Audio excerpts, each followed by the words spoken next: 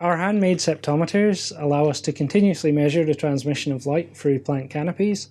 We can then use these measurements to estimate canopy properties such as leaf area index and plant area index. PARbars are much lower cost than commercially available ceptometers.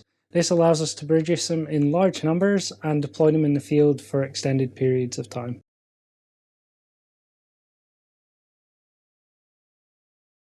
To construct a continuously logging ceptometer, begin by drilling one 4mm diameter hole, 20 mm from each end, of a white 1200 by 30 by 4.5mm acrylic diffuser bar, and drilling and tapping threaded holes 20 mm from each end of a section of aluminum U-bar.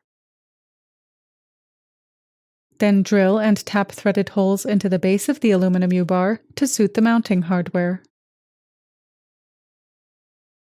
Next, straighten two 1.25 meter lengths of 1.25 mm diameter bare copper wires one at a time by securing one end to a vise and the other end within the grips of a hand drill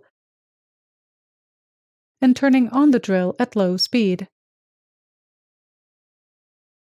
Use a fine-tip permanent marker to mark the intended locations of the photodiodes along the edge of the diffuser, beginning with the first photodiode position at 13.5 cm from one end of the diffuser, and the other positions located every 2 cm between the first diode and the far end of the diffuser. Center one photodiode on the diffuser bar with its electrical connection tabs pointing toward the sides of the bar, and place the wire underneath one of the tabs to mark the position of the first copper wire on the diffuser.